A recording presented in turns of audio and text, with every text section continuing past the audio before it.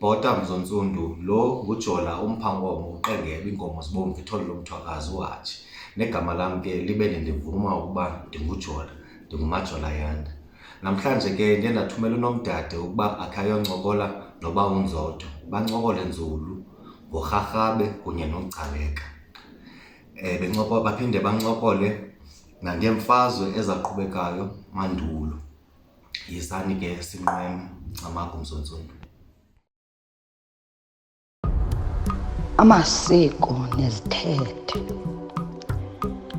Saba ngabelungu kusenina Mzonsundu. Yizani sinqweme zekuthi qwenge. Naba abantwana bethu bejikilela amasiko abo sijongile. Iqhawuke phi na imbeleko msikaPhandlo? Ingaba siyavuma ukuba ukufa kusembizeni?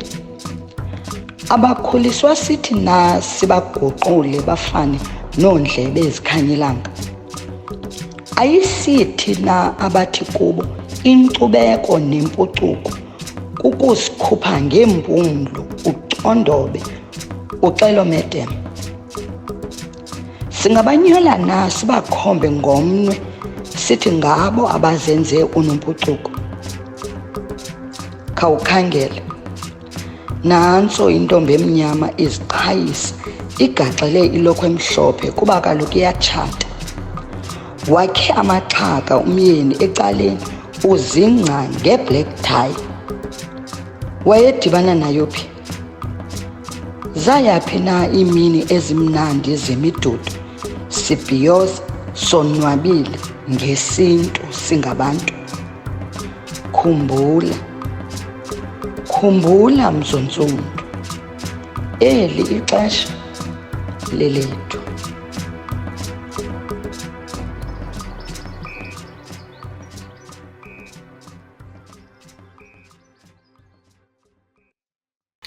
Manizibusele kwakhona, igama lami ndingu-Avuyile intombi yakwaJola. Namhlanje ke ndihleli notata uNzoto.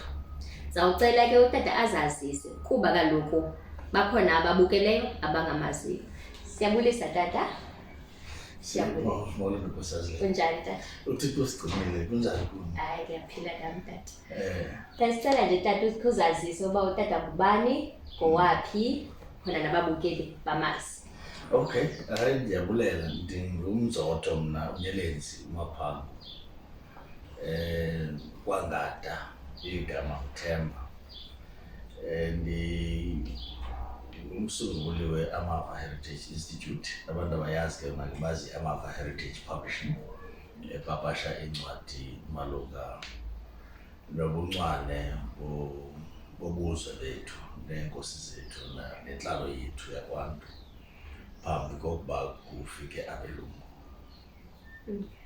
Ndiyavuya ke ukuba nize apha nizoncokola nabo. Uvuya thina tata. Uthetha phambi singene emxholweni uthetha nge-Amava Institute. Iphi ilapha eQonce okanye nisebenze lapha eQonce? Nekuyo ngoku. Okay. Siyakuva ke tata, siyakuva.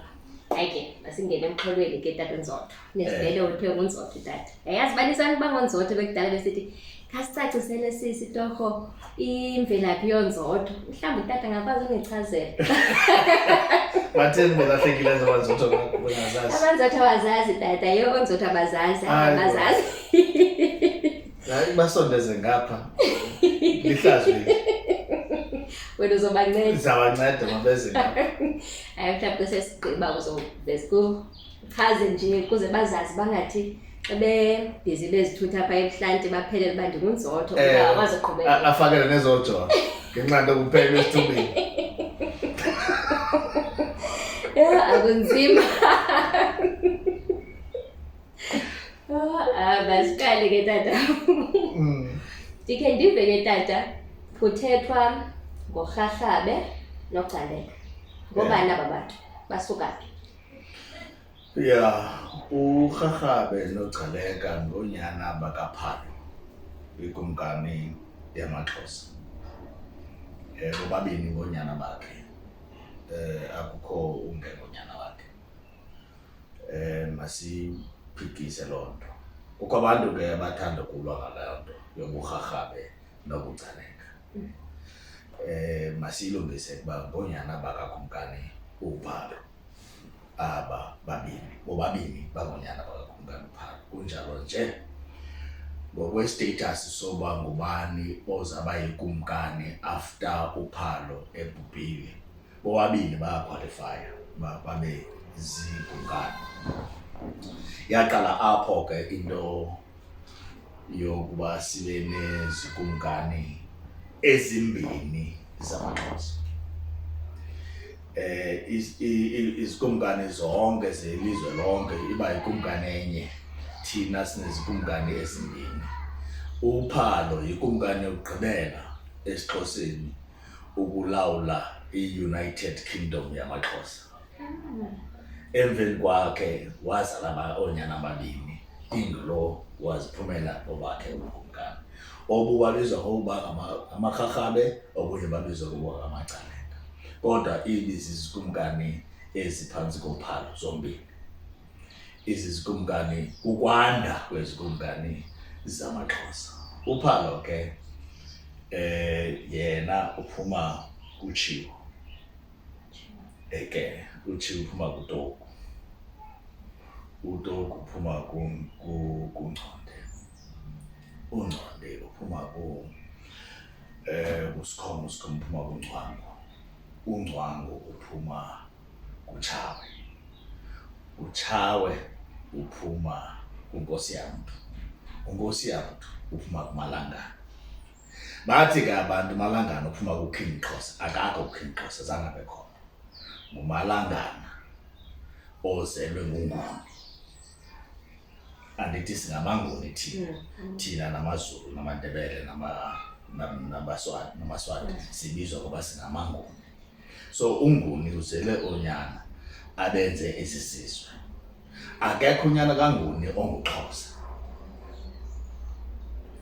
nguMalangana unyana kaNguni ozele isizwe esi saziwa ngoba sesamaXhosa. uKing Xhosa akakho. Ndakubalisela nye imini uba ivele phi loba kuthiwe singamaXhosa. Kodwa uKing Xhosa yena ngeke akakho. uNguni uzalwa ngumntu, uNguni wazala uMalangana. Nasesizulwini same, akekho uKing Zulu owazalwa nguNguni. uNguni wazala uLuzumane, uLuzumane wazala uMalandela. Zii-ancestors zamaZulu ezo.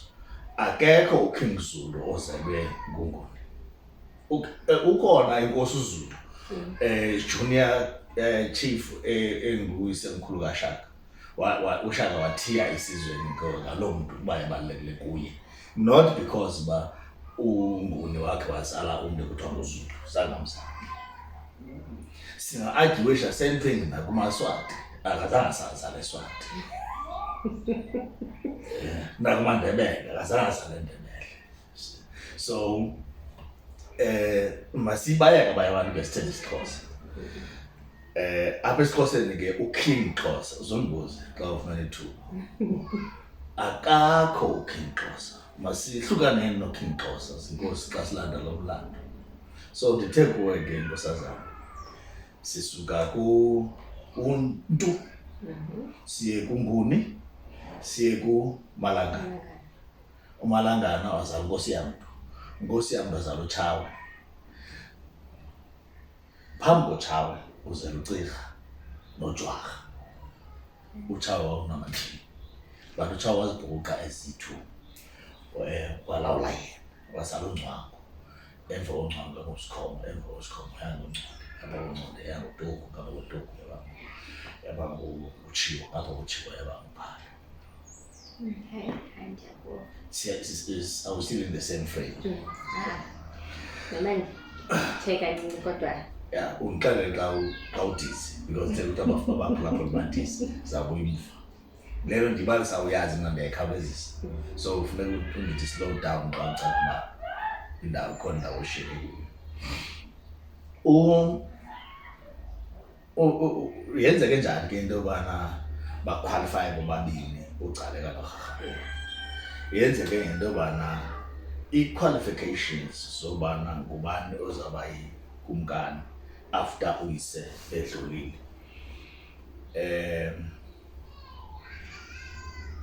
Idetermine into yobana uzalwa kweyiphi indlu, ubani unyoko, uze njani. Kufuneka abe yinkosazana yobunye bukumkani. Kufuneke alotyolwe ngenkomo eziphuma esizweni, not inkomo zakomkhulu, inkomo zasesizweni. Kufuneka kuphuma amaphakathi ayomfuna, ingathi inkosi okanye ikumkani ndibone into bentle phaa ndaqonda ndiyithathe. Uright ungathatha, but ayikabiyo le izawusizalela inkosi okanye ikumkani. Eyethu izawufuna siyithi ibe ngumama wesizwe, thina singamaphakathi sithunywe ngenkomo zesizwe siyofuna umama wesizwe. It makes sense ke uDr. Claus ibeka kakuhle esithi ayikhe ibe ngulo mfazi wokuqala ozawuzala ikumkani, mhlawumbi nolosibini, mhlawumbi nolosithathu, ngoba akufunekanga uyizale ikumkani usemtsha. Kufuneka uyizale ikumkani kulaa minyaka yokugqibela. So uyaba ngumfazi number 5 okanye 7 ozawuzalela ikumkani, because ikhona ingxaki into yobana athi uNgqika ena-20 athathe umfazi noThonto umzekelo, azale umntana ongumaqoma. Xa ena-40 uNgqika umaqoma una-20, andithi? And umaqoma uzibone ikumkani. Sindala. So bazawubuyisana ngaloo nto. Ngiyavakala. So xa ena-50 running into 60 athathe umfazi, then lo bhaqeleyo iyawuthi ikholisa uba na-20 selexhexhego okanye seleswelekile, le izawuba ikumkani. Ngiyavakala. So kwenzela loo nto. Into eyenzekayo yinto yobana much as ba ningayiqondi nina, ulawulo lwasesiXhoseni sisuka nayo le nto apho sisuka khona eNorth East Africa, yimatriarchy yelapha. Much as bawubona kuphethe amadoda, but it's the matriarchy that controls the system. That is why inkosi idetermina into yobana ngubani umfazi okulaa ndlu, ayidetermina uba ngubani indoda ekulaa ndlu. That is the position of women in our system. That's how powerful women are in our system. So there is a matriarchal force that is greater than the patriarchal force. Asiyododa ke ngoku eyopropose okanye eyocela intombi phaya. Ngabantu bakokwenu ooJola bayabona uba akumanzothweni, lona mzi uright, abafuna uzalana nawo. So bafuna ukundinika intombi yabo enguwe. Kuzofuneka ilotyolwe. Kuzafuneka ngoku kwenziwe ukuhlolela. Izindlela zintathu ke onohlolela ngazo xa elo khaya lifuna, andithi kwenzela uba eli khaya lale ndoda linike attention kule nto funeka yenzekile. So funeka lihlolelwe ke ukuze lenze loo nto. Ukuva umntu xa ekwenzela into uqonda uba iphantsi le nto uyandihlolela, ivela apho isiko lokuhlolela. Ngamanye amazwi ukuhlolela, kuba kaloku ukuhlolela kuthi siyazi into engalunganga. Into questionable. Ngoke xa kuloo ntombi bazokubonela. Into yokuqala uyothuka into yobana into le nto yenza ngobani. Wena ke ndibuza ngoba uyalotyolwa ke ngoku ntombi kuzokhutshwa ilotyolwa iinkomo zesiko phayana ke ngoku. Umhlolelo number 1 kuthunywa ikwekwe ekwazi ubaleka, isuke phaa koJola ize emanzothweni, ifike ihlaba umkhondo phaa mhlawumbi gqiba ibaleke. Kufuneka ingafumaneki, uba ke amanzi izawubethwa kodwa mathathu laa mgondigodi ke nawo.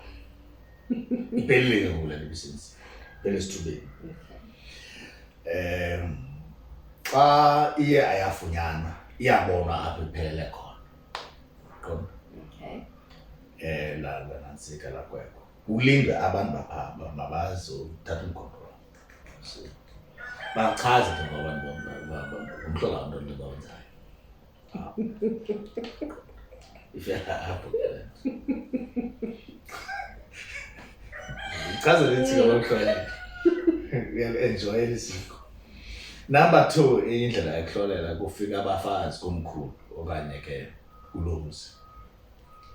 Ekudala ke izindlu zazi sibaninzi nto kufika abafazi abafazi banikwe indawo yokuhlala xa kucocwa kuyahla abantu abafazi abade bahamba banikwe ukutya balale phaa baphinde bavuke komkhulu kudala umuntu wayebuzwa kade bawuzothini kufika umuntu abuza uba ivela kwephi icala hayi sivela ngapha ngasemxumbu okay phindahamba iphinde nilale phinde nibele nyosuku phinde kufika omunye student ningamani ngamanzonto aphindahamba akho muntu mamele nto yaqonda this thing can take a whole month. See, ultimately kubekho iphakathi likhona iphakathi elenzelwe izinto elibhizinento zamafazi apha komkhulu umntakwethu kumaphakathi wogaga lizolisabela lizoqhuba lenza into ngayo lento yokuhlola bamganga lohlobo labafazi. Lesithathu method yelisiko lokuhlolela ile yenzeka kule case sikuyo kaphalo ngoba kufika abantu iduli lificula lizise umuntu lingazuhamba ngaphandle kwakhe fika iduli phansi afika amabini amaduli ngexesha elinye elivela emampondweni nelivela ebathenjini ezise intombi kupha omabini ngexesha elinye. I don't think it was coordinated but yenzeka nje by accident of history bafike ngexesha elinye. Kwakhutshwa ingoma ezi-100 ulotyolwa lona khutshwa ezi-100 ulotyolwa lona because wanciphisa kwenye icala udelela obamkumkani kulaa mntana avela kulo uqala imfazwe nekumkani yamampondo uba unciphisela amampondo. Nawe ke xa kufika apha ekhaya kuza kuthiwa ngophi omkhulu ngoku uzawubamba indlu enkulu uba kukho indlu enkulu kubekho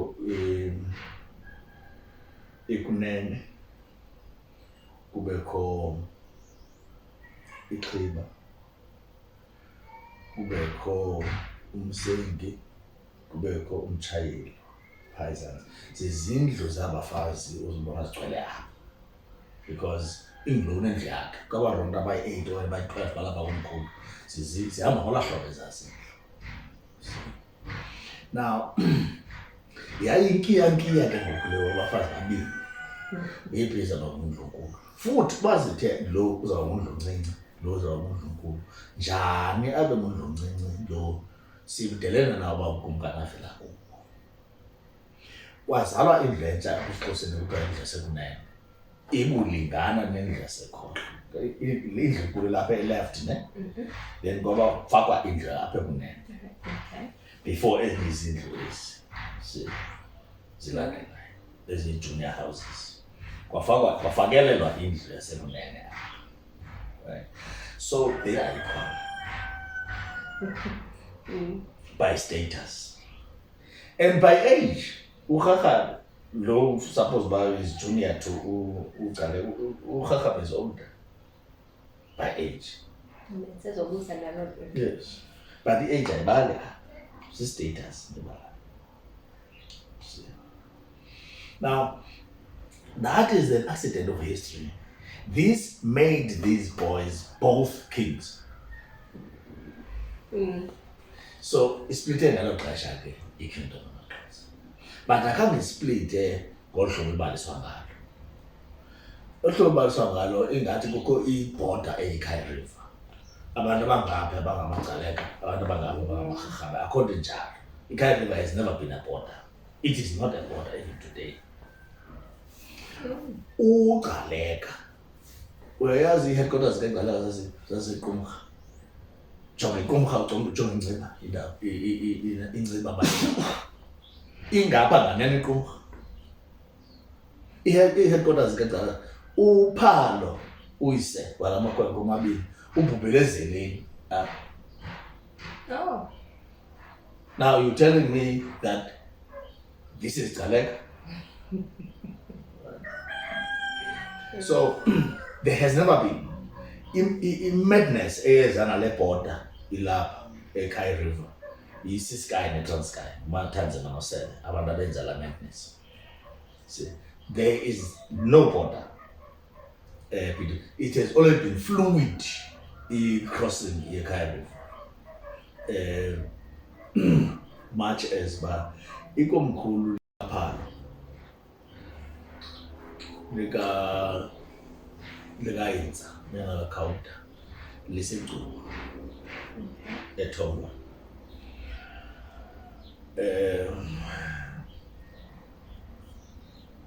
uGhaghabe ke no Gcaleka have never been enemies.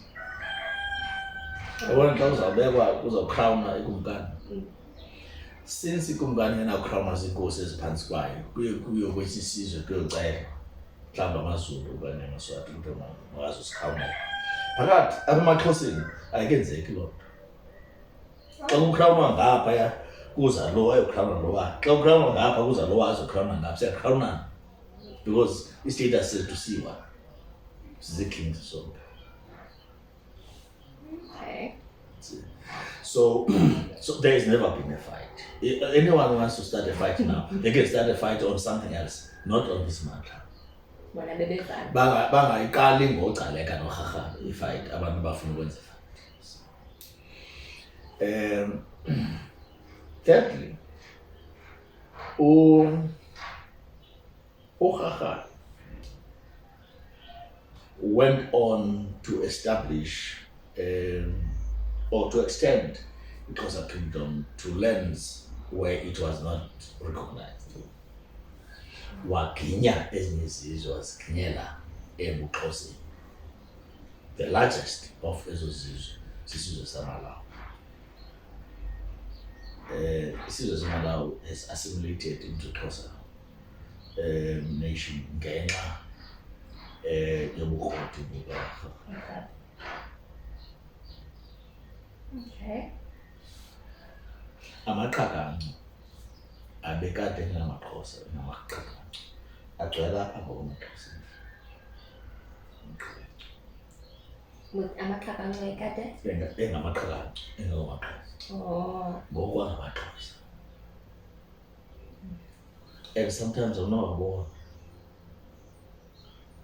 uGqwashu uSukwini uSithathu Gqagha Cethe uTshonyana ngamaqhakancu la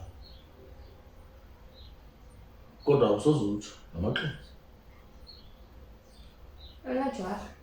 Hayi uJwaha ngamaXhosa bona kwamaqhakancu. UJwaha lo benthe kuwe unyana kaMalangana ubrother kaChawa. Kukhe kuthiwe noMpondomise bangawo? Umpondomise kaloku Kuba sisithole Thole Mthwakazi bazalwa ngumthwakazi umfazi le ndawo inetibala limhlophe apha kunivela apha is-genetically makeup.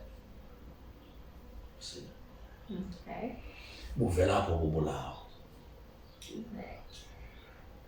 Phaa emampondweni khona isizwe kuthiwa isizwe samampondo kuthiwa ngabelungu. Ivela phi leyo kwacholwa iNantsika. Abantu were washed out by a shipwreck in that coast yasePort St John's. Kwacholwa umntana phaa wakhuliselwa komkhulu omlungu watshadwa ngukumkani waphela ezala abantu ababe. Isizwe sabelungu. So sivela apho isizwe samampondo sabelungu. So there is so between these guys, okay, that's what happened. Joseph Namaghaghabe noGcaleka. 2003 kwa establish a commission under President Thabo Mbeki commission yobana maku determine who is a real king, who is a real chief. Why? Because during the homeland system, kubantu abasuswayo ezihlalweni zabo kwafakwa onopopi abazawuvumelana nalanto. So kwakuzanywa ulungiswa loo nto nguThabo Mbeki genuinely, but it had ezinye effects unintended. Umzekelo, uMarharabe ahluthelwa ngukumkani i-commission kaNhlaba. Kwathiwa amaXhosa awonakwazi, amaXhosa must make up their minds, abanakwazi bana nekumkani ezithu. And the government is not going to pay 2 salaries for Isizwe C1. We went to court and we won it. So baphuza nokumkani waMarharabe. Bekutheni kuze kukhethwe kuthiwe bona? Imbambano alokho. Le ithi oyena kumkani uCalani bekutsho bani? Bekutsho bani? Ubani betshilo. So uCalani ukumkani wamaCalani. uRharhabe ukumkani wamaRharhabe. What is the problem? Ingxaki indaba. So we went back to court and appealed, and we won the appeal. Yobana we reinstate amaRharhabe back to ukumkani bamaRharhabe. Njongisa kabi amaRharhabe. Then xa uhlala phaya eTranskei, phaya eTranskei izizwe ezininzi phaa. Kukho amaThembu badominator, amaMpondomise, amaBomvane, amaBiza, ngamantoni manye. Zonke ezaa zizwe zaseTranskei. Then kube khona amaXhosa ayi-minority. amaXhosa la kuthiwa ngamaCaleni. So ndihlele eKapa kakhulu, xa ndihlala eKapa baninzi abantu baseTranskei apha eKapa. So uthi uthetha naye nje ndakuva ukuthetheni hayi wena nakanjani ngomGcaleka, abathi ungumXhosa because umXhosa wamaziyo iyi-one ngomGcaleka, nakanjani ngomGcaleka. So you must accept that. Uzoyilwa later nabantu bakokwenu uba wena ungumGcaleka ungumRharhabe, but abantu baseTranskei bona umXhosa ngumGcaleka. See, so I accepted that because ndimele amaGcaleka akuthi umXhosa wamaziyo ngumGcaleka. So there's nothing wrong with that, and this is ndithi andingomGcaleka because ndinyana kaPhando nam. noGcaleka unyana kaPhando, noRharhabe unyana kaPhando, nam ndinyana kaPhando. So yinto le ngeyiyo. So now to put this to bed, libala ngebhoda into yobana amaGcaleka ngapha amaRharhabe ngapha, libala ngaleyo. 2, libala ngefight, nge-succession fight uba kuliwe succession fight uba ngubani ozawulandela after uPhalo between uGcaleka noRharhabe. There's no issue there. That was solved. Number 3, ngomphi umama babo ngophi ne-status esingaphezu komnye, none of the above, libala ngaleyo, put it to bed. That is the story of, do you have questions? That is the story of Rharhabe and Caleka. Xa uzothi balilibale oomama babo ibizolandela umbuzo wam ntoba oomama babo basuka phi, ngobani iziduko zabo. Omnye kaloku uze namampondo nditshilo kuyo, leladoli lamampondo kubekho udini labathini. Xa uthethe ke tata uthe amaXhosa, xa kuthiwa amaXhosa kuthethwa eziphi izizwe? amaGcaleka namaRharhabe. Xa kuthiwa abaGcaleka kuthethwa ezi, kuba kubakho into ethi kuyathethwa kuthiwe mandize ngale yam. Amampondomise abangamaXhosa. Ngamampondomise isizwe. Yes. Ngoxa kuthiwa amaXhosa kuthethwa ntoni? Kuthethwa thina. Kuthethwa bani? Kuthethwa thina. Xa kuthiwa amaXhosa kuthethwa nani, ningabuphakamisa amehlo ungathethwa nani. Xa kuthethwa amaXhosa kuthethwa izizwe zamaGcaleka nezizwe zamaRharhabe. EzamaRharhabe izizwe. Kukhona izizwe, kube khona iziduko. Apha isizwe esalapha kule ndawo sikuyo, inkosi ephetheyo apha nguTshatshu wesizwe samantinde. Yes. Naphaya kuyotsho Phakamisa namantinde. Umhlaba wamantinde lo. Uyoma kwaMtimbi lapho kwecala. Yes. Mina sendizofika apha nje isizwe endiphuma kuso siseXesi, isizwe samaGqunukhwebe. Sisizwe sikaNkosi uKama. uNkosi uKama is a younger brother, yes, kaNkosi uPhatho wesizwe samaGqunukhwebe esaselwandle apha ngaseNtshonalanga. Uyise wabo uMkaNochungwa. Right. Xa kwapha ngaselwandle udibana nesizwe samaNdlambe. Okay. You see, uyodibana nesizwe samaMbalo, uNkosi uNqeno, uyodibana nesizwe samaDushane. You see, zizizwe ezo ezakhiwe izinkosi zamaHarha. Inkosi yaphuma yokwakha isizwe sayo. Ngapha xa unyuka apha ngaseBhofolo ufika kwisizwe samaJinqa sesikamaqoma eso sizwe. You see, apha eXhwarhu naseMkhubiso naseMgudwini kwakuphethe ukumkani uNgqika, sisizwe samaNgqika, okanye sisizwe samaMpopo, sithiywe ngenkomo kaNgqika eyoMpopo. Okay. Zizizwe ezo, right?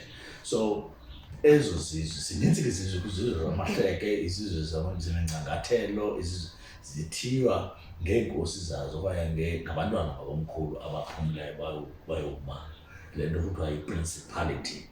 Principality yindawo ephethwe yi-prince under the king. So that area becomes a principality within the kingdom. So ento kuthiwa zizizwe ke zii-principalities. Then under izizwe kube khona ke ngokweziduko. Isizwe ngasinye sinezo ziduko zilandela loo prince zihambela. Ababukeleyo bazothi okay, na ndilihlubi kodwa ndizibiza umXhosa. Ngokuthi kuzanywa uthwane andingomXhosa ke ngoku. Ithetha ukuthini? Kuba yona wesifundo yazi uba ewe maMpondomise sisizwe, oHlubise sisizwe nabo. Loo nto ithetha uba oRhadebe nabo abangamaXhosa. Abangamaveli oRhadebe bayazi. Kodwa basazibiza, basathetha into uba hayi singamaXhosa. Okay ke tata, kwenzeke njani ukuthi ezizwe ezi zibalekele apha zithi zingamaXhosa? Ziphele zithetha isiXhosa. Yenzeke njani yonke loo nto? Azithethi nje isiXhosa, zithetha isiXhosa zenza neXhosa practice. Because ezizwe ziphela zipractice amasiko wesiXhosa. It's a function of history. And akho nto wrong noMpondomise lithi lingumXhosa. Xa uvela apha eTV kusho uzawuxelela uba ngumXhosa ungakhange utsho because uzawuthetha uthetha ukuthi ungumXhosa. So akho nto wrong ngokuloo nto. Le nto yalo mcalulo ndiwenzayo ngoku ndiwenzela for i-education, andiwenzeli for uba kuliwe ngaloo nto. See, kodwa kufuneka uyazi ilayini ibihamba phi yoMthembu, ihamba phi ilayini yoMpondomise, ihamba phi ilayini yoMpondo, ihamba phi ilayini yoMxhosa. Ndiza-adressa le nto kaKing Xhosa. In fact, we need to fast track it siyofika kuyo izokwazi ubulala nale question ubuzayo. So le assimilation ke ngoku yezizizwe apha ziphele zithetha intetho yesiXhosa. Intetho yesiXhosa eyaba common ya-adoptwa as lingua franca yesizwe zonke. Futhi le ntetho yesiXhosa nathi maXhosa asiyi-owni yonke, si-owna ihafu yayo. Khumbula Mzontsundu, eli ixesha lelethu.